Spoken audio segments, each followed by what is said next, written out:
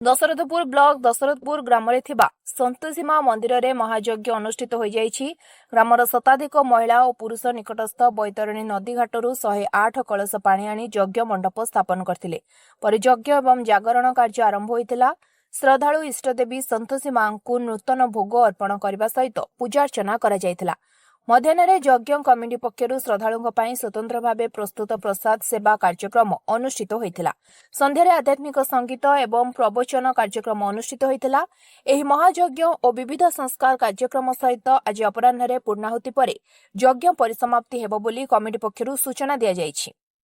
यज्ञ कर्ता भावे पार्थसारथी महापात्र, लिप्सा राय एवं संगीत महापात्र अंजलि दास दायित्व संकल्पधारी भावे निर्वाह करथिले। एवं सहयोग करथिले।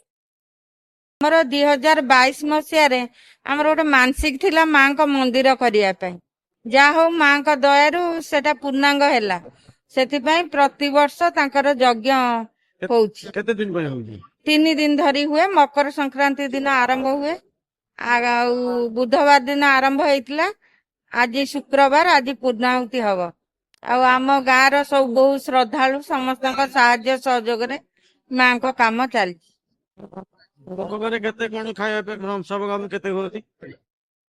आज तो आमर पूर्णाहुति प्राय 2000 लोक खाइबे। आ सबुदिन 300-400 लोक खाउछन। एटा हमर पंचम तो केते दिन चले? 5 दिन एटा 3 दिन धरी चले। एठी हमर कलश यात्रा प्रथम दिन आरंभ होइतिला।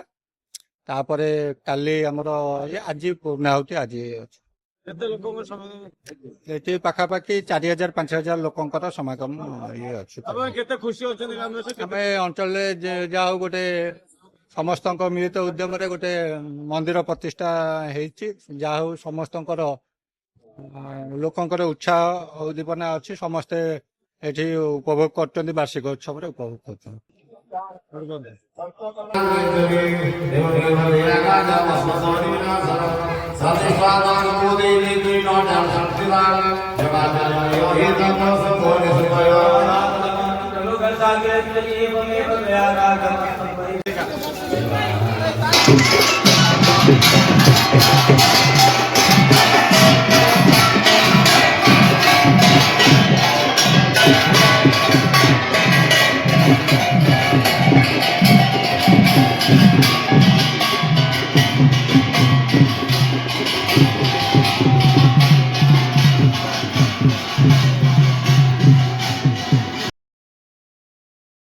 दशरथपुर अक्षय परिडा रिपोर्ट, स्वतंत्र ओडिशा लाइव।